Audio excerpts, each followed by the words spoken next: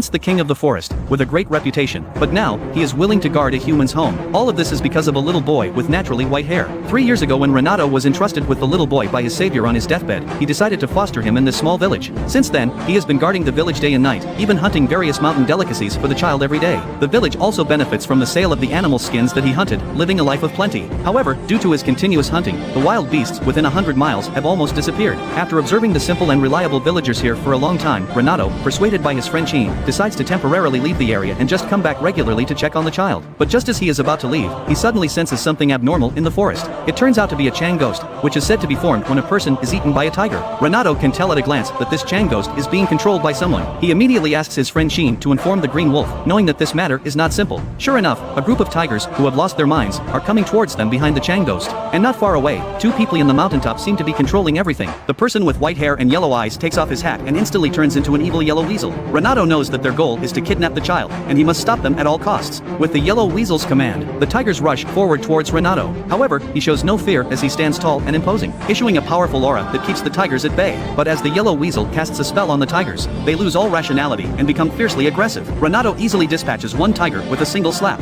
and even facing hundreds of them, he remains in control. After a few rounds, the other tigers dare not move recklessly, and some of the stronger-willed ones even begin to regain their senses. However, before they can understand what is happening, they are torn apart by their own kind. The yellow weasel then takes control of the tigers and surrounds Renato, while another group searches the village for the child. At this moment, a lookout notices the commotion and quickly alerts the villagers. The villagers hide the child in a rice chest, but just as they close the lid, they feel a chill down their backs. A tiger has been watching them from outside the window, and the yellow weasel senses the child's location. As the yellow weasel prepares to give the order to surround the rice chest, Renato miraculously eliminates half of the tigers. He then declares to the yellow weasel on the mountaintop, "I will bite you to death, and then hunt down your kin until none remain." The yellow weasel becomes furious and orders the tigers to attack. Suddenly, a massive tiger charges towards Renato. Upon closer inspection, he realizes that it is his old friend from years ago, Wu Ku.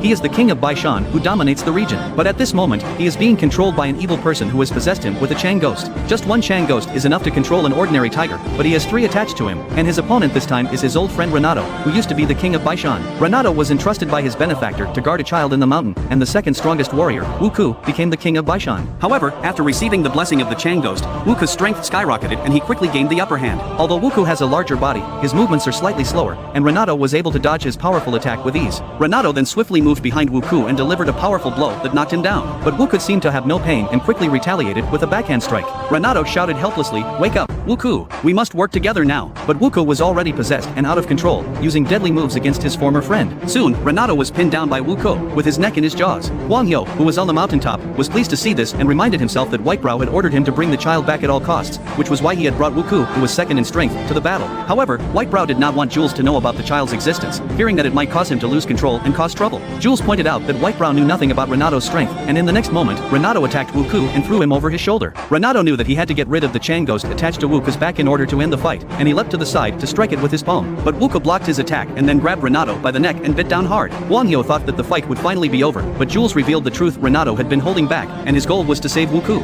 After saying this, Jules flew down and joined the fray, while Renato and Wu Ku continued to fight on the ground. Renato seized the opportunity and tore off the Chang ghost from Wu Ku's back, taking one of them with his hand. Wu Ku, who had lost the 2 Chang ghosts, gradually regained his senses, but he was confused about why he was there. Renato said that there was no time to explain and turned to protect the child. Wu Ku pulled off the remaining Chang ghost, and memories flooded his mind, his child, his people, and the tragic scene from that day. He realized that his people had already been wiped out by Jules, who was now approaching. Filled with anger, Wu Ku turned around and was impaled by a wooden stake swung by Jules. According to the Shanhai Jing, Jules had the image of a tiger with a long tail, and preyed on tigers and leopards. But Jules had already cultivated into human form, and his fighting power was terrifying. He killed the White Mountain King Wu Ku with just one move, without giving him a chance to resist. Renato saw this and rushed forward to bite Jules, but was punched dozens of meters away, with blood spraying everywhere. Renato knew that this beastman in front of him was extraordinary. He then attempted to bite Renato's neck, but Jules broke the attack with an elbow strike. Renato was instantly dazed and was subsequently lifted by Jules by the neck, ready to deliver a fatal blow. Realizing the danger, Renato struggled and turned around, hitting Jules with a palm strike that almost broke his ankle. Jules, seeing Renato's resistance, used a combination of punches to knock him out. Jules couldn't help but marvel at how this level of guy could never control a tiger possessed by Chang ghost, and wondered why such such a powerful tiger lived in this small mountain village. But in a blink of an eye, Renato stood up shakily, recovering quickly, which surprised Jules. At this moment, Jules didn't want to fight Renato anymore and turned to head towards the village to find the white-haired child. But Renato had already promised to protect the benefactor's offspring with his life, and he blocked Jules' path, saying that if he wanted to pass, he had to step over his corpse. Jules saw Renato's determination and pulled out the wooden stake from Wuka's body, sharpening it with his sharp nails, saying that he would fulfill Renato's wish. Facing Jules' attack with the wooden stake, Renato dodged and quickly moved behind Jules, delivering a powerful blow with his palm, almost breaking Jules' ankle. In a panic, Jules used the wooden stake to block the attack but was still pierced in the neck.